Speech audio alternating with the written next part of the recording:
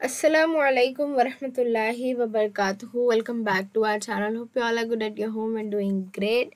तो अभी जो है कुछ वक्त पहले ही जो है CET यानी कॉमन एंट्रेंस टेस्ट का जो है सिलेबस गवर्नमेंट की तरफ से जो है रिलीज़ किया गया और बहुत कुछ अलग सिलेबस नहीं है, बट आप लोगों को क्लैरिफिकेशन के लिए जो है ये सिलेबस दे दिया गया. काफ़ी लोग कंफ्यूज थे कि CET जो है क्या क्या उसमें पूछा जा सकता है, तो उसी लिए जो है आपको टॉपिक्स या फिर चैप्टर्स के नाम जो है दे दिए गए हैं और उस बेस पर जो है अब आपको तैयारी करनी है. CET क्योंकि MCQ बेस्ड है तो आपको जो है बिल्कुल ब्रीफ वगैरह याद करने की ज़रूरत नहीं है. आप लोग जो है टेक्स्ट बुक्स रिफ़र करके और गाइड और जो भी दूसरे मटेरियल्स आपके पास है वो रिफ़र करके जो है सारी तरीके के ऑब्जेक्टिव्स क्वेश्चन पढ़ सकते हैं.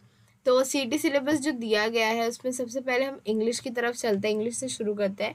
इंग्लिश वाला ही सबसे इम्पॉर्टेंट था क्योंकि ग्रामर सिर्फ कह दिया गया था इंग्लिश में अगर ग्रामर होगा तो ग्रामर बहुत बड़ा जो है फील्ड होता है, तो काफ़ी लोग कंफ्यूज थे कि कौन सा ग्रामर आ सकता है. तो यहाँ पर आपको पूरे के पूरे नाम दे दिए गए हैं. यहाँ में इसमें जो आपको ग्रामर है उसमें से काफ़ी कुछ लैंग्वेज स्टडी और काफ़ी कुछ जो है एग्जैक्ट ग्रामर है. जैसे कंपाउंड वर्ड्स है. कंपाउंड वर्ड्स क्या होते हैं, यानी कि दो अलग अलग यानी दो मीनिंगफुल वर्ड से मिलकर एक जब वर्ड बनता है तो कंपाउंड वर्ड होता है. उसके बाद जो है पार्टिसिपल, इन्फिनेटिव, ये सब जो है आपको सिर्फ हाईलाइट करने के लिए जो है पूछा जाता था. जैसे इन्फिनेटिव यानी कि जो वर्ड टू से स्टार्ट होता है, तो लाइक कोई भी वर्ब और उससे पहले टू लगा होता है तो वो इन्फिनेटिव. तो ये आपको सिर्फ सेंटेंस में जो है हाईलाइट करना होगा या अंडरलाइन करना होगा, पहचानना होगा. उसके बाद है spot the error. Spot the error तो आप लोग करते आ रहे हैं, लैंग्वेज स्टडी में हमेशा पेपर में पूछा जाता है. तो आपको सेंटेंस दिया जाएगा, उसमें आपको जो है क्या पार्ट गलत है या फिर क्या वर्ड गलत है उसको आपको जो है स्पॉट करना होगा. तो इसमें इस तरीके से हो सकता है कि आपको जो है एक सेंटेंस दिया जाए और उसमें जो है आपको उसमें से ही चार वर्ड्स दिए जाए कि इन चारों में से कौन सा वर्ड गलत है. Use of correct verb form. Fill in the blanks जो है दी गई रहेगी और आपको जो है ब्रैकेट में एक वर्ब दिया रहेगा और आपको उस सेंटेंस के टेंस के हिसाब से जो है उसका इस्तेमाल करना है, यानी उसका सही फॉर्म जो है वर्ब का बताना है. देन आता है पार्ट ऑफ स्पीच. तो पार्ट ऑफ स्पीच 8 टाइप के हैं तो हम जानते हैं. Word register. वर्ड रजिस्टर यानी कि एक वर्ड होगा, उसके आखिर में जो आएगा उसके आगे से सेकेंड वर्ड, इस तरीके से. और फिर मॉडल ऑक्सिलरीज है, वर्ड फॉर्मेशन है. ये सारे जो लैंग्वेज स्टडी में आप लोग छोटे छोटे सवाल शुरू में जो क्वेश्चन 1 होता था आपका इंग्लिश में, क्वेश्चन 1 A एंड B, उसमें से जो है सारी चीज़ें दी गई है. Fill in the blanks by choosing the correct phrase, idiom, maxim. तो आपको जो है सिचुएशन दी जाएगी, उसके हिसाब से आपको जो है प्रोवर्ब या फिर फ्रेज बताना है या फिर जो है direct fill in the blank करना है. मतलब आपको ऑप्शन होंगे, चारों में से कोई एक चुनना है. नॉट ओनली बट ऑल्सो का इस्तेमाल. हाँ, ये not only but also, no sooner than, as soon as, और इसके अलावा एज वेल एज वगैरह भी होता है. तो इन सब का जो है इस्तेमाल, मतलब आपको चारों सेंटेंस दिए रहेंगे और आपको बताना है सही किस में इस्तेमाल हुआ है. उसके बाद है clause. Identify and state it's kind. तो क्लॉज भी आपने पढ़ा है, सबऑर्डिनेट क्लॉज, डिपेंडेंट क्लॉज, और उसकी टाइप्स भी जो है हम देख चुके हैं. फिर है word chain, punctuation, correct spelling बतानी है, फिगर ऑफ स्पीच. ये सब जो है छोटा छोटा ग्रामर है जो हम जानते हैं और ये जो है एक एक मार्क के लिए हमेशा पूछा जाता है. मेन बड़ा ग्रामर क्या है, डायरेक्ट और इनडायरेक्ट स्पीच, एक्टिव और पैसिव वॉइस, और इसके अलावा टेंस जो है और डिग्री ऑफ कंपैरिजन. ये चार जो है बड़े ग्रामर है. उसके बाकी सारे जो है उसके अलावा छोटे छोटे ग्रामर्स है. उसके बाद है एंटोनिम्स और सिनोनिम्स. तो सिनोनिम्स एंटोनिम्स में बता चुकी हूँ उससे पहले वाले वीडियो में कि हम मानी अल्फाज और जो अपोजिट वर्ड्स होते हैं. एंटोनिम्स यानी अपोजिट वर्ड, सिनोनिम यानी कि हम मानी अल्फाज. कोऑर्डिनेटर, सबऑर्डिनेटर, जो कंजंक्शन वर्ड्स होते हैं वो. फ्रेमिंग क्वेश्चन आपको जो है जैसे WH क्वेश्चन या फिर जो है वर्बल क्वेश्चन भी आपको जो है फॉर्म करने के लिए कहा जाएगा या फिर आपको करेक्ट जो है चूज करने के लिए कहा जाएगा. टाइप ऑफ सेंटेंस है. टाइप ऑफ सेंटेंस भी हमने पढ़ा है. उसके बाद होमोफोन्स एंड होमोग्राम. जब इंग्लिश का फर्स्ट लेक्चर हमने लिया था CD प्रिपरेशन का, उसी में मैंने आपको बताई थी कि सारी तरह के वोकैबुलरी क्या होते हैं और कौन कौन से वोकैबुलरी होते हैं, उनकी पूरी एग्जाम्पल की लिस्ट, लिंक, सब कुछ जो है मैं आपको दे चुकी हूँ. होमोफोन्स और होमोग्राम एक जो जिनकी स्पेलिंग सेम होती है और मीनिंग अलग होते हैं, और एक जिनका साउंड सेम होता है लेकिन स्पेलिंग अलग होती है. फिर subject verb agreement, alphabetical order, ये सब जो है छोटे छोटे ग्रामर्स है। टेंस और डिग्री ऑफ कंपैरिजन ब्रीफ जो है ग्रामर है, और ये मैं आपको पढ़ा भी चुकी हूँ, आप जो है ग्रामर वाली प्लेलिस्ट में ये देख सकते हैं।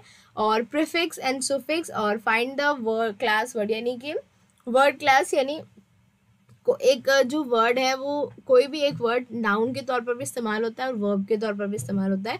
तो आपको सेंटेंस के बेस पर जो है उसको आइडेंटिफाई करना है कि ये इस सेंटेंस में एज अ वर्ब इस्तेमाल हुआ है या एज अ नाउन इस्तेमाल हुआ है। फिर है क्वेश्चन टैग। क्वेश्चन टैग आपको जो है दिया जाएगा और आपको करेक्ट जो है बताना है। इसमें से यानी इंग्लिश का जितना भी आपको ग्रामर दिया गया है, इसमें से बहुत सारी चीज़ें जो मैं आपको करा चुकी हूँ। आप वहाँ वो चीज़ें कहाँ देख सकते हैं, आप प्लेलिस्ट सेक्शन में जाकर ग्रामर की प्लेलिस्ट चेक कर सकते हैं।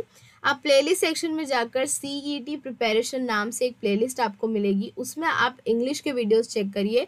वो इंग्लिश के वीडियोस में जो है आपको जितना भी ये वोकेबुलरी और ये छोटा छोटा एक एक मार्क का ग्रामर है वो सारी चीज़ें आपको वहाँ मिल जाएगी।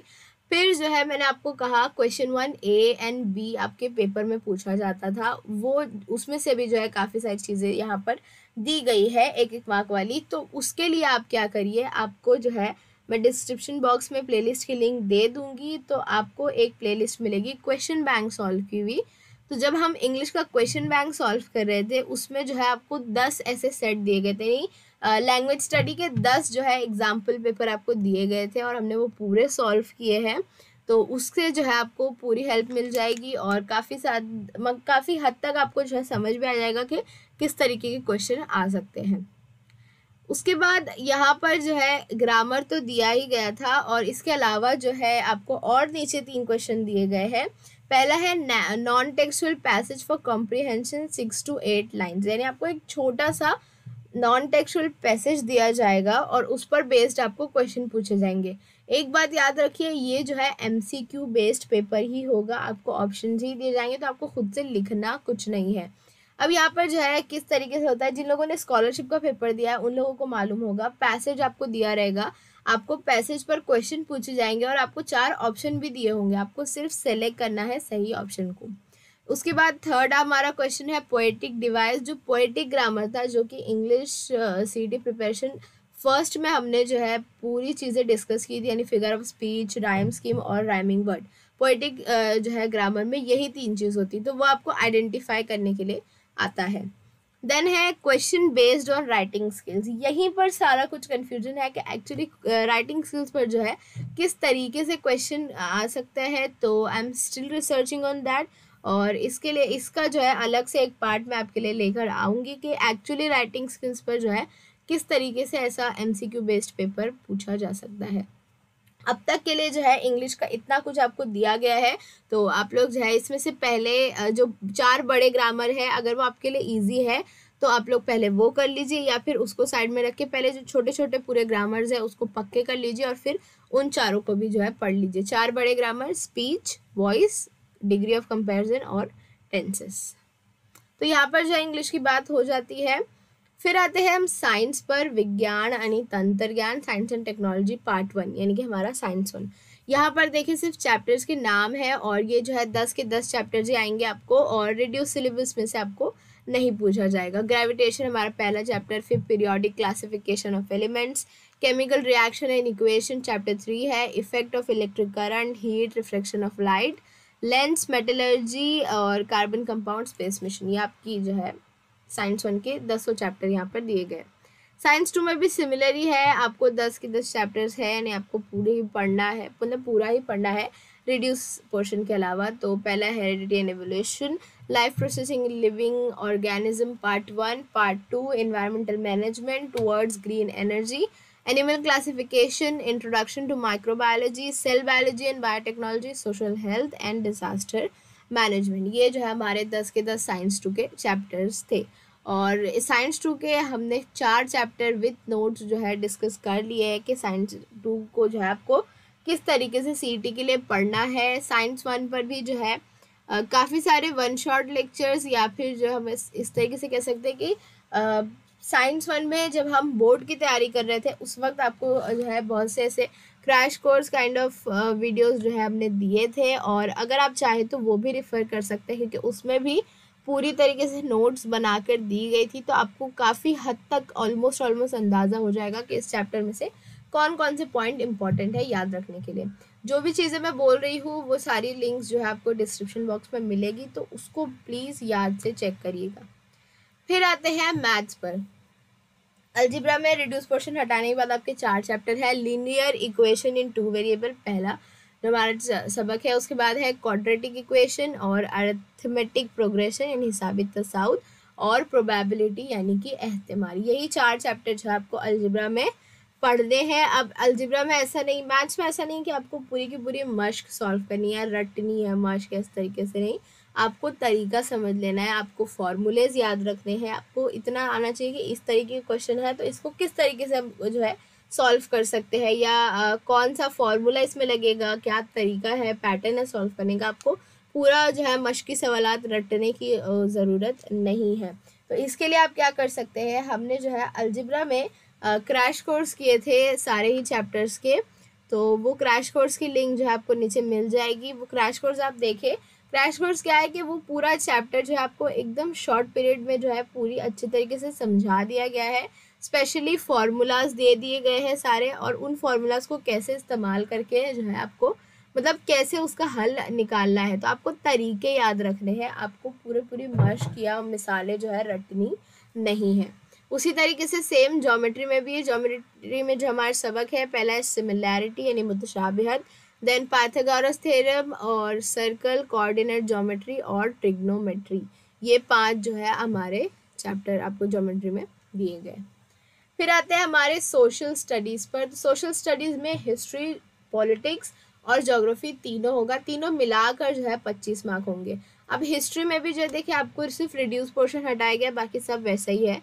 रिड्यूस पोर्शन क्या था हमारा, जो हमारा चौथा सबक था और हमारा जो छठा सबक था, वो दोनों जो है उसको ओमिट किया गया था। उसके अलावा बाकी सारे सबक जो है आपको इस टॉपिक में दिए गए हैं। और हिस्ट्री का तो हमने चैप्टर 5 तक रिवीजन कर भी लिया है, यानी चैप्टर 5 तक मैं आपको नोट्स दे चुकी हूँ, टेस्ट भी कुछ दे चुकी हूँ। पॉलिटिक्स में भी 2 चैप्टर हमने किए हैं और आगे भी जो है will upload the video regarding that. तो आप लोग जो है प्लेलिस्ट रेगुलर चेक करते रहा करें। CET प्रिपरेशन सीरीज़ की जो प्लेलिस्ट है वो रेगुलर चेक करते रहा करें। पॉलिटिक्स में आपको जो है लास्ट चैप्टर ओमिट था, तो वर्किंग ऑफ द कॉन्स्टिट्यूशन, दस्तूर की पेशरफ पहला चैप्टर था। द इलेक्ट्रल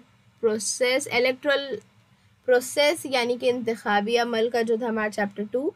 थर्ड चैप्टर जो है आपको उसमें से आपको इम्पॉर्टेंट ये है कि नेशनल पॉलिटिकल पार्टीज याद रखनी है और रीजनल पॉलिटिकल पार्टीज आपको याद रखनी है। और फोर्थ हमारा जो सबक था मूवमेंट वाला, तहरीक वाला, तो सोशल एंड पॉलिटिकल मूवमेंट्स, उसमें आपको याद रखना है। एंड वो जो है हम रिविजन देखेंगे कि उसमें जो है क्या क्या चीज़ें इंपॉर्टेंट है।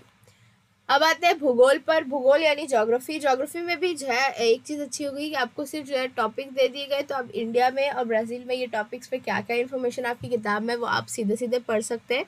कन्फ्यूजन आपको कम होगी। पहला लोकेशन एंड एक्सटेंट जो हमारा सेकेंड चैप्टर था महले वकूअ वाला वो। फिर फिजियोग्राफी एंड ड्रेनेज, तबई साख्त और आबी निज़ाम वाला सबक। Natural vegetation and wild life, तो ये वाला जो है हमारा जंगलाती दौलत वाला आई गेस 5th चैप्टर है ये। और इकोनॉमिक एंड ऑक्यूपेशन, तिजारत वाला। और लास्ट जो हमारा है टूरिज्म, ट्रांसपोर्टेशन एंड कम्युनिकेशन, जो हमारा आई थिंक टेक्स्ट बुक का लास्ट चैप्टर है। तो आपको यही 5 टॉपिक्स जो है इंडिया और ब्राज़ील से रिलेटेड पढ़ने हैं। यानी ज्योग्राफी में आपको बहुत ही लिमिटेड चीज़ें पढ़नी होगी। तो इस तरीके से जो है पूरा का पूरा आपको सिलेबस यहाँ दे दिया गया है। अब आपको इसके हिसाब से पढ़ाई करनी है। CET की रजिस्ट्रेशन लिंक आ चुकी है और 20 जुलाई को 11:30 बजे से वो लिंक खुल जाएगी। 26 जुलाई तक जो है आप लोग उस पर रजिस्ट्रेशन कर सकते हैं, आपके पास 6 दिन का वक्त है। तो और एक और चीज़ें बताते चलूँ कि CET कंपलसरी नहीं है, ये पूरी तरीके से ऑप्शनल है। अगर आपको आपके इलाकाई कॉलेज, मतलब आप जहाँ रहते हैं, अगर वहाँ के कॉलेज में आपको ऑफलाइन एडमिशन मिल जाता है तो आपको कोई ज़रूरत नहीं है CET देने की। तो अगर फिर भी आप CET देने की तैयारी कर रहे हैं तो लिंक आपको डिस्क्रिप्शन बॉक्स में मिल जाएगी, और लिंक जो है 11:30 बजे 20 जुलाई को खुल जाएगी। 26 जुलाई तक रहेगी। 26 जुलाई तक आप रजिस्ट्रेशन उसमें कर सकते हैं। और अगर आप रजिस्टर कर रहे हैं then you have to study it, और बहुत अच्छे से पढ़िए। अगर आप कोई चीज़ कर रहे हैं तो फिर उसको एकदम अच्छे से करिए, मतलब एकदम प्रॉपर तरीके से करिए। आप जो है अपनी पूरी पूरी टेक्स्ट बुक रेफर करिए। उसके अलावा क्वेश्चंस के टाइप के लिए या क्वेश्चन समझने के लिए आप गाइड में से बहुत हेल्प ले सकते हैं। गाइड में बहुत ऑब्जेक्टिव बेस्ड क्वेश्चन मिलेंगे। क्वेश्चन बैंक पर बहुत ज़्यादा जो है फोकस रखिएगा। क्वेश्चन बैंक के ऑलमोस्ट जो है सारे ही मैंने आपको सॉल्व करके दे दिए हैं, तो आप लोग वो जो है क्वेश्चन बैंक को नज़र में रखिएगा, क्योंकि वो गवर्नमेंट की तरफ से दिया गया जो है एक स्टडी मटेरियल था, तो हो सकता है कि उसमें से काफ़ी सारा गवर्नमेंट रेफरेंस ले सकती है सीईटी के लिए। तो क्वेश्चन बैंक हल करिए, क्वेश्चन बैंक रेफर करिए और डाउनलोड करके वापस से उसे पढ़ना शुरू करिए जैसे आप बोर्ड की तैयारी में पढ़ रहे थे। And very important last thing कि हमारी प्लेलिस्ट ज़रूर चेक करिए। प्लेलिस्ट आपको कौन कौन सी चेक करनी है? आपको प्लेलिस्ट सेक्शन में जाकर इंग्लिश ग्रामर देखना है, आपको प्लेलिस्ट सेक्शन में जाकर सीईटी प्रिपरेशन सीरीज़ देखनी है, प्लेलिस्ट सेक्शन में आपको क्रैश कोर्स के जो है आपको प्लेलिस्ट मिल जाएंगे, और लास्टली जो है आपको प्लेलिस्ट चेक करनी है क्वेश्चन बैंक के आंसर्स की, यानी जो हम क्वेश्चन बैंक सॉल्व कर रहे थे वो वाली सीरीज। ये 4 जो है आपको देखनी है, जो आपकी सीईटी प्रिपरेशन में बहुत ज़्यादा हेल्पफुल होंगे, और आप लोग खुद भी जो है इससे फ़ायदा उठाए और दूसरे के साथ शेयर भी करिए, अपने स्टूडेंट्स, क्लासमेट्स, फ्रेंड्स के साथ शेयर करिए। और मुझे कमेंट करके ज़रूर बताइएगा कि क्या आप लोग सीईटी के लिए रजिस्टर कर रहे हैं, और अगर आप रजिस्टर कर चुके हैं तो नीचे कमेंट में ज़रूर लिखिएगा that you have registered yourself for CET 2021 exam. और अगर आपने रजिस्टर कर लिया है तो all the very best to you.